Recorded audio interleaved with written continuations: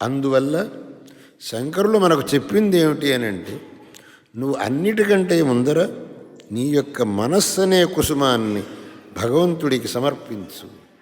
అంటే నీ మనస్సులో భగవంతుణ్ణి తప్ప వేరే ఇంకా ఏ విషయాన్ని తీసుకురావద్దు అన్నారు.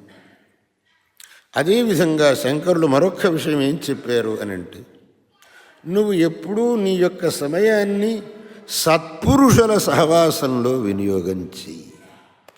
ఎప్పుడూ సత్పురుషుల సహవాసంలో ఉండు. సత్పురుషులు ఎటువంటి వాళ్ళు అని అంటే, వాళ్ళు ఎన్నడూ ఎవ్వళ్లకు అపకారాన్ని మనస్సులో ఎన్నడూ తలపెట్టరు. ఎంతసేపటికి ఇంకోటికి ఉపకారం చెయ్యాలి అనేటటువంటి దృష్టితోనే ఉంటారు. ఎల్లప్పుడూ ఇంకోళ్ళలో ఉండే మంచినే వాళ్ళు చూస్తారు, ఇంకోళ్ళలో ఉండే చెడును చూడరు వాళ్ళు.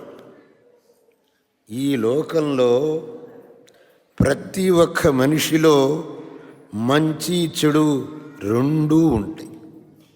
100% మంచే ఉన్నది అని ఎవ్వడినీ చెప్పలేము, 100% చెడ్డవాడు అని ఎవ్వడినీ చెప్పలేము. మంచి చెడు ప్రతి వాళ్ళు ఉండనే ఉంటాయి. అందులో మనం చేయాల్సింది ఏమిటి అని అంటే, వాడిలో ఉండే మంచి గుణాన్ని మాత్రం మనం చూడాలి. వాడిలో ఉండేటటువంటి అవగుణాన్ని మనం చూడకూడదు. దానివల్ల మనకు ప్రయోజనం లేదు. సత్పురుషులు అలా ఉంటారు. వాళ్ళు ఎంతసేపటికి ఇంకోళ్ళలో ఉండే మంచినే చూస్తారు. దానికి ఈశ్వరుణ్ణి ఉదాహరణగా చెబుతారు. ఈశ్వరుడు ఏం చేశాడు అని అంటే, ఆ పాల సముద్రాన్ని మథనం చేసే సమయంలో చంద్రుడు వచ్చాడు, హాలాహల విషము వచ్చింది. చంద్రుణ్ణేమో నెత్తిన పెట్టుకున్నాడు అందరికీ కనపడేట్టు.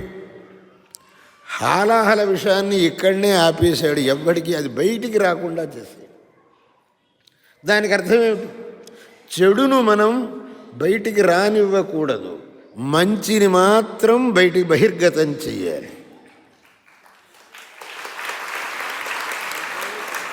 గుణదోషౌ బుధో గృహ్ణన్ ఇందుక్షేళా వివేశ్వర శిరసా శ్లాఘతే పూర్వం పరం కంఠే నియచ్చతి. గుణము దోషము రెండూ ఉండంగా ఆ గుణమును మాత్రం మనం గ్రహించే స్వభావం ఉండాలి, కానీ దోషములను గ్రహించే స్వభావం మనకు రాదు. కానీ మనిషి